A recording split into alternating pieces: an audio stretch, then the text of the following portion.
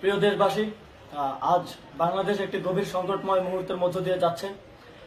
এখন পর্যন্ত আমাদের প্রাপ্ত খবর অনুযায়ী আওয়ামী লীগ, ছাত্রলীগ, যুবলীগের সন্ত্রাসীরা গুলি করে কুপিয়ে প্রায় 30-এর অধিক শিক্ষার ছাত্র জনতাকে হত্যা করেছে এবং দিন শেষ হতে হতে এই সংখ্যাটা কোথায় গিয়ে দাঁড়ায় আমরা জানি না। এরই প্রেক্ষিতে আমরা একটি সিদ্ধান্ত নিয়েছি, আমাদের একটি জরুরি সিদ্ধান্ত মোতাবেক আমাদের যে 6 তারিখের যেই লং মার্চ টু ঢাকা কর্মসূচি ছিল সেটাকে আমরা একদিন এগিয়ে নিয়ে এসেছি। অর্থাৎ আগামীকাল 5ই অগস্ট সারা দেশের মুক্তিকামী জনতাকে ঢাকার উদ্দেশ্যে রওনা হওয়ার জন্য আমরা আহ্বান জানাচ্ছি। যারা পারবেন, যাদের পক্ষে সম্ভব হবে, আজ রাতেই আপনারা ঢাকার উদ্দেশ্যে রওনা হয়ে যান। আমরা আগামীকাল সারা দেশের মুক্তিকামী জনতাকে ঢাকায় আসার আহ্বান জানাচ্ছি। বিশেষ করে ঢাকার আশেপাশে যে জেলাগুলো আছে, আপনারা দায়িত্ব নিয়ে মসজিদের মাইকে ঘোষণা দিয়ে যাদেরকে পাবেন সবাইকে নিয়ে ঢাকার উদ্দেশ্যে রওনা হন। এই লড়াই আমাদের জন্য একটি চূড়ান্ত লড়াই। আমরা চূড়ান্ত ঘোষণার জন্য প্রস্তুত, আমরা গণভবনের দিকে যাত্রার জন্য প্রস্তুত এবং সেই উদ্দেশ্যেই আপনারা সবাই ঢাকা আসুন। আমরা আপনাদের সবাইকে নিয়ে আমাদের চূড়ান্ত দাবি আদায়ে এগিয়ে যাব।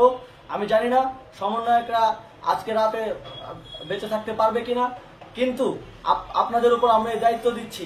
আপনারা সবাই নিজ দায়িত্বে ঢাকায় আসবেন আগামীকাল এবং পরশু পরিস্থিতি বিবেচনা করে পরশু গণভবনের দিকে 4 দিক থেকে আমরা রওনা হব। আমরা খুব আতঙ্কের সাথে লক্ষ্য করছি যে ছাত্রলীগ, যুবলীগ এবং আওয়ামী লীগের গুন্ডারা পুলিশের অস্ত্র দিয়ে পর্যন্ত সাধারণ জনগণের উপর হামলা করছে।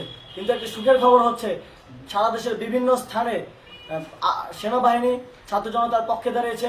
আবার কিছু কিছু জায়গায় যেমন মিরপুর ও মোহাম্মদপুরে সেনাবাহিনী ছাত্র জনতার বিপক্ষে দাঁড়িয়ে গুলি চালাচ্ছে। আমরা সেনাবাহিনীর প্রতি আহ্বান জানাতে চাই, আপনারা এদেশের নাগরিক এবং আপনারা এদেশের নিরাপত্তার দায়িত্বে আছেন, এদেশের জনগণের যানবাহনের নিরাপত্তার দায়িত্বে আছেন। আপনারা দেশের পক্ষে এবং দেশের জনগণের জন্য কাজ করবেন। কোনো খুনি সরকারের জন্য, কোনো খুনি রাজনৈতিক দলের জন্য কাজ করবেন না। এটি এদেশের জনগণ আপনাদের থেকে প্রত্যাশা করে।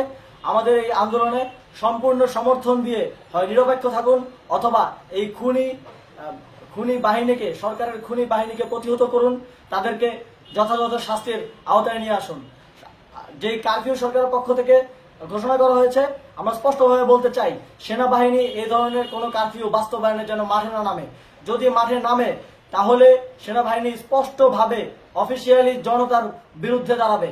আমরা চাই না সরকারের এই ষড়যন্ত্রে সেনাবাহিনী পা দিক। সেনাবাহিনীকে জনতার বিরুদ্ধে দাঁড়ানোর যে ষড়যন্ত্র সরকার রচনা করছে সেটিতে সেনাবাহিনী পা দিবে না, এই বিশ্বাস আমরা রাখতে চাই। আওয়ামী লীগ আজ সারা দেশে